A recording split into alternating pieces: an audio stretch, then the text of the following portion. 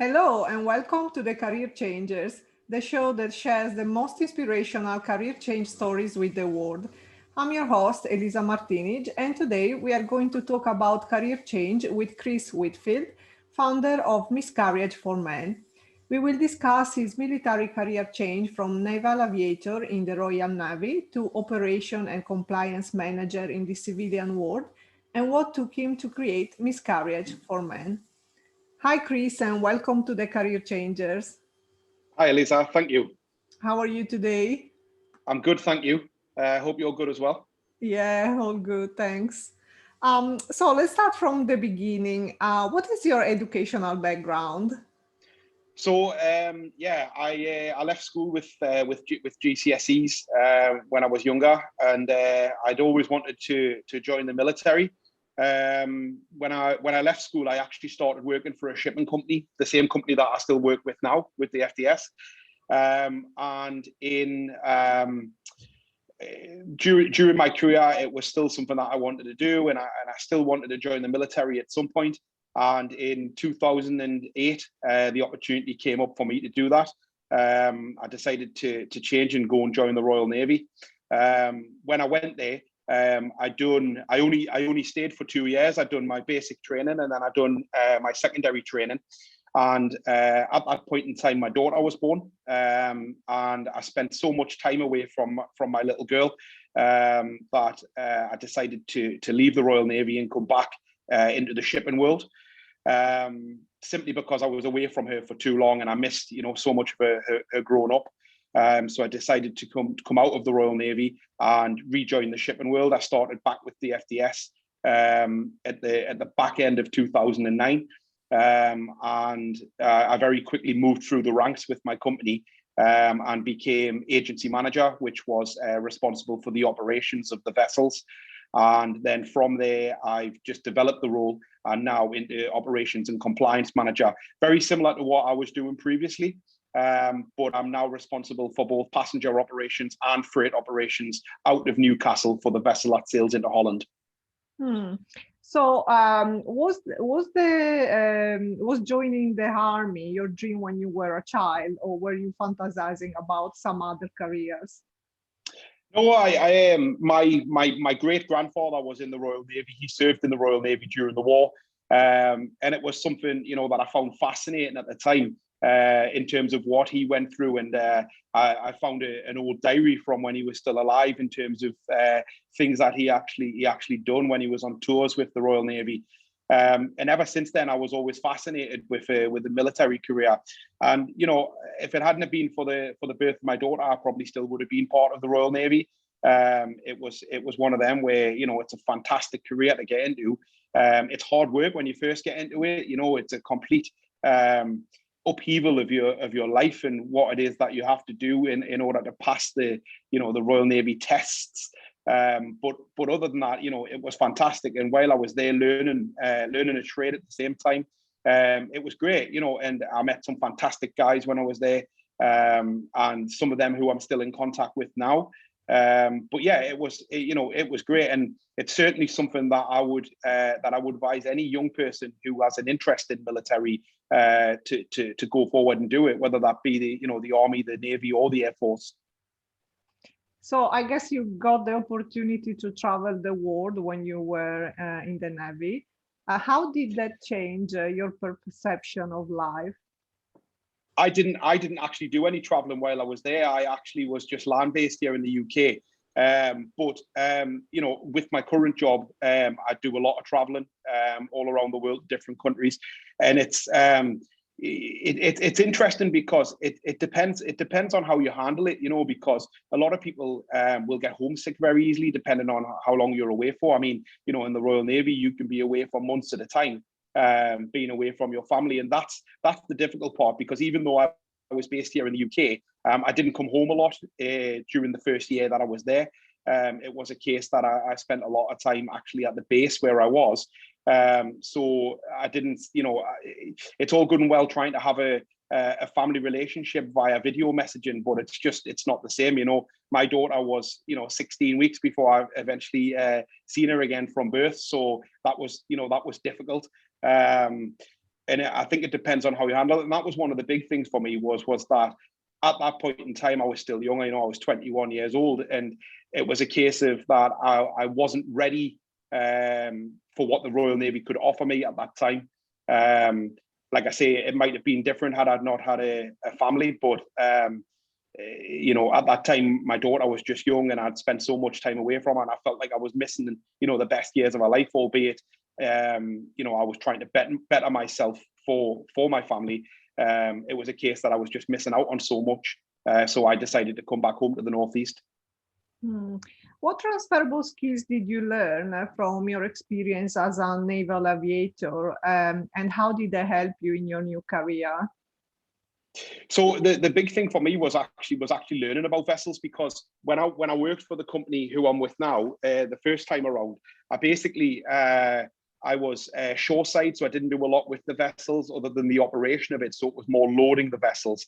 Whereas obviously when I went to the Royal Navy, you get to learn the ins and outs of vessels and what you should be looking for. Of course, I went through sea survival skills as well, which also helped. And the qualifications that we were doing at the time was learning how to repair life rafts and things like that. So it was a case of, in terms of transferable skills, coming back to the job that I'm in, it meant that I could assist the ship with certain little bits with regards to if they had an issue with life jackets, or if they have an issue, with inflatable lifeboats and things like that. It was being able to give them some advice. But our guys on board the ships, they are they're top class at what they do, and the engineers who are on board our ships, they will just handle a lot of it themselves in terms of repairs. So, but you can learn many transferable skills, not just that, but actually dealing with stuff yourself. I mean, a 21-year-old, I'd lived with my parents for a long time, and then going straight into a long-term relationship and having a child. And it was one of them where I went away and I had to start from basics again. So, you're washing overalls in a sink, you don't have wash machines or anything like this. You have to do everything by hand, and more so from a discipline point of view as well. If you're not disciplined, you'll soon have that knocked into you, because you have to be everywhere at a certain time. You have to be in pristine condition. And and if you're not, then they'll make sure that you're ready for this. So coming away from that, even when you do your first 8 weeks basic training, you learn so much about yourself, and even in them first 8 weeks, you mature so much. So what do you think are the biggest challenges military people face when changing their careers? I think the big thing about it for me was how would I be accepted back into civilian life? Because it's all good and well having a lot of these transferable skills, but the thing is now, I think a lot has changed from previous years, because depending on what stage you're at in your military career, in terms of whether you've been in war zones and stuff like that, a lot of it coming out, there's a lot of guys now who you see who have, things like PTSD and stuff like this. When you're coming back out into the civilian world, a lot of companies now are looking for people with a military background. A lot of security jobs now that are available, in airports and things like that. If you've got that military background, it probably stands you in better stead than what other jobs do. So I think there's a lot to gain from that, in terms of having that military background for when you come back into the civilian world, especially with the trades that you learn as well. And did you get any support in your career transition from military to civilian life? I would have done, but because I had already worked at the FDS previously before I left, I had still some good contacts from here, and they knew what I'd been doing, and they knew the roles that I'd been in beforehand, because I was quite high up in our local business at the time when I left. So they knew what I could do and what I could bring to the company. So in terms of coming back to the FDS again, I knew there was some jobs going, so I contacted them, and because I'd done it previously, I felt quite comfortable coming back into the same scenario that I was already working in. So when I left the Navy, for me, it was about being able to go back into the shipping arena again once I'd left. So you recently started a new project called Miscarriage for Men, with the aim to provide emotional support to men that are experiencing miscarriage in their lives. How did you come up with this idea? Yeah, so the miscarriage for men, it came from me and my wife suffered a miscarriage in early February. My wife was 12 weeks pregnant at the time, and my focus was on my wife. You know, I wanted to make sure that she was in the right frame of mind, that she was getting the support that she needed, and as part of that, I found myself struggling with my own mental health a little bit. And what I wanted was, I didn't want professional support, but I wanted a platform to be able to have some sort of peer-to-peer support, whereby I could speak to guys who were going through the same thing or had been through the same thing that I was currently going through. And just to, you know, to get some advice in terms of how they dealt with things and how did they move forward, and actually take the time to grieve, but also make sure they were there to support their family. Because, you know, like I say, I have my daughter who's, you know, she's 12 years old now, and obviously she's from a previous relationship, but this would have been mine and my wife's first child together. And I needed to make sure that I was strong enough to be able to support both my wife and my child. And that was a challenge. And you know, the hard thing with it was we were doing this during a pandemic as well, which, you know, doesn't make things any easier. But I found myself making sure that my wife was all right. And then on a night time, I was then, once she was asleep, looking for, right, where can I find this peer-to-peer support? And it was just something that I couldn't find. And there's some fantastic charities out there with the Miscarriage Association, Tommy's, you know, all these guys are all fantastic at what they do, but they didn't have the thing that I was looking for. So I took my grief and I turned it into the platform Miscarriage for Men. And what I wanted to do was, I wanted to put my story down in words, what I'd gone through and what I'd dealt with. And then I wanted that to be able to be a support realm for other guys who may be looking for a similar sort of assistance. And I think, you know, the big thing for me was if I could just help one other person, then that one other person might want to help one other person. And it took off overnight. I mean, we started it 4 weeks ago.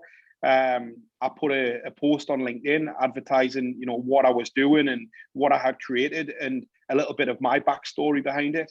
And in the first 24 hours, you know, I had 10,000 likes on the LinkedIn post, and you know, we're now here 4 weeks later, and we're over 3 million views of the LinkedIn post. We've had over 50,000 visitors to the website, and over 600 people who've actually subscribed to the website in order to be able to post on there and share their story. And I've probably answered around about 1,000 direct messages in them 4 weeks as well. So it's been, you know, it's been crazy. Mm-hmm. Through your experience and your new community, how are men affected in their daily lives by miscarriage? I think this is one of the big things that's been overlooked, because, you know, there's always been this stigma that guys need to be, you know, the strong, the supportive one. And I fully agree, you know, the focus should 100% be on the female. You know, it's their body who's going through it. They've got to go through it both physically and mentally. So I fully agree that they should have the full support there. But I think what does get overlooked is that there is a mental anxiety as such that comes with this, whereby because you're being so strong and supportive for the female, it sometimes gets overlooked. And I think, you know, everybody expects the man just to get on with it and just deal with it. And I think that's where the harsh reality comes into it, because miscarriage itself has a stigma attached to it. You know, there's not enough support out there for women, never mind guys. And I think one of the big things that comes with that is trying to break that stigma. And the problem we've got is people don't know how to talk about miscarriage on a day-to-day basis. So of course you find yourself getting to that point where people will come up to you and go, "Oh, I'm so sorry for your loss." And then there's an awkward silence because nobody knows what to say next. And that's what I'm trying to get across is that it's all right to talk about it. And it, you know, if the person who's going through the miscarriage wants to talk about it, just be there as that supportive arm and just say, "Look, I'm sorry for your loss. If you want to talk about it, let's grab a coffee and, you know, we can have 5 minutes about and talk about it." And I think that's the big thing. So the guys who've been coming across to my platform have came across and said, "You know, I've bottled this up for 20 years and I've never told anybody about it." You know, and I'm thinking 20 years of not talking to anybody about it. And even just putting those small little paragraphs down in the blog and saying what it is that they've said has lifted that little bit dark cloud that's been sitting over them for 20 years. And it's frightening that it's taken this long for this sort of platform to come about. Yeah, it's so inspirational, and it seems your courage to open up allows other men to do the same. because as you say, this is a topic that is not discussed enough for women as well, but I can imagine how it's sort of a secret topic for men. So at the moment, the website, the community you have created is very recent. So what type of support is Miscarriage for Men offering at the moment?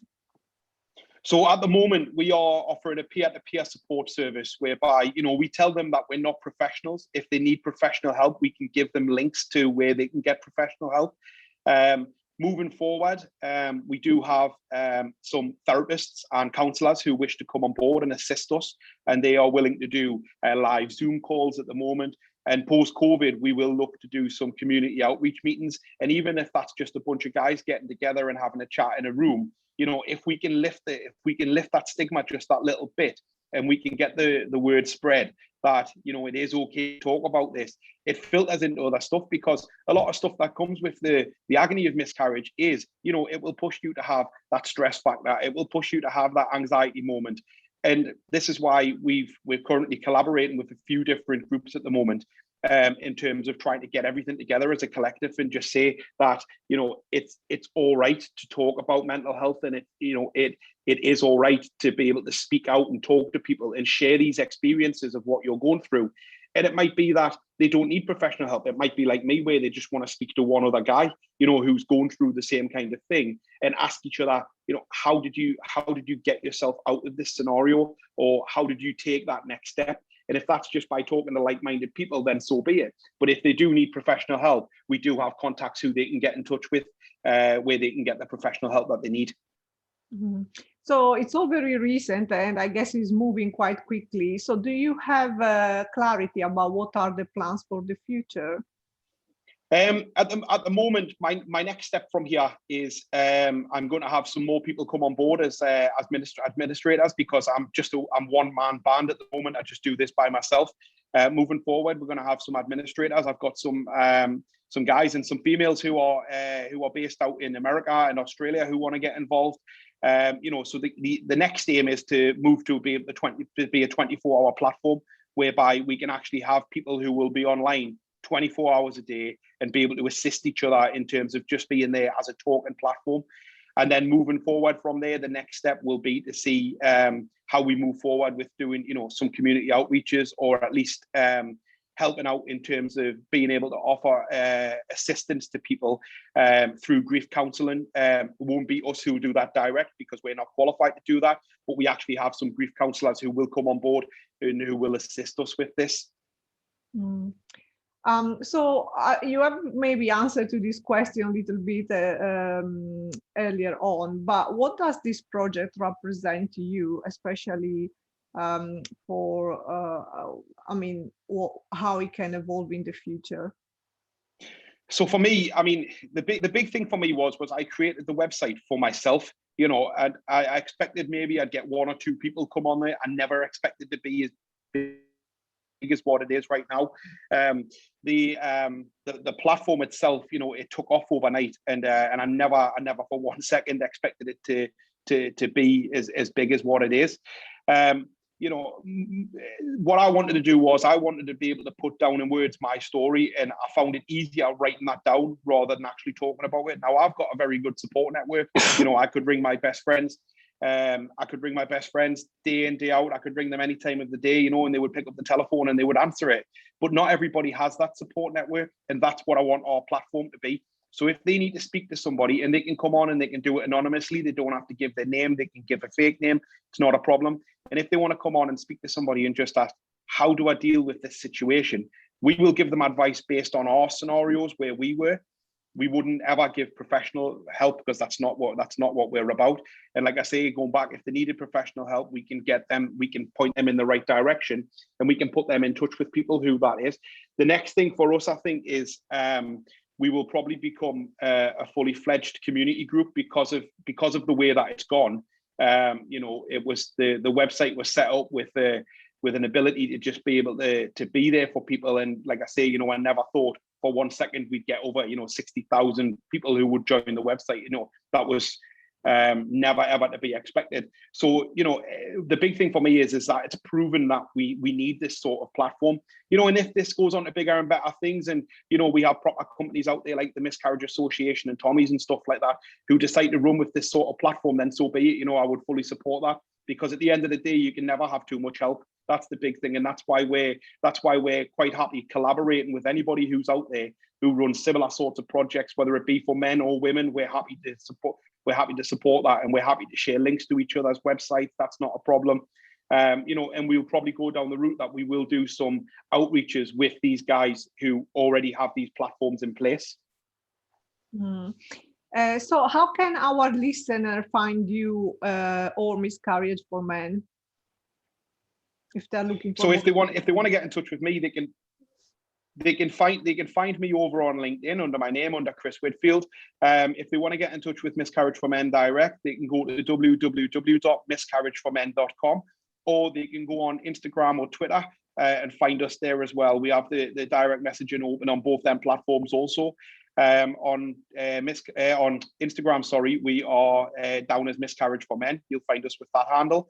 And on Twitter, it's Miscarriage for Men, but with the number 4, as it wouldn't accept FOR in there for some reason. And do you have any last advice you would like to give to our listeners if they have to deal with this very sad event in their life?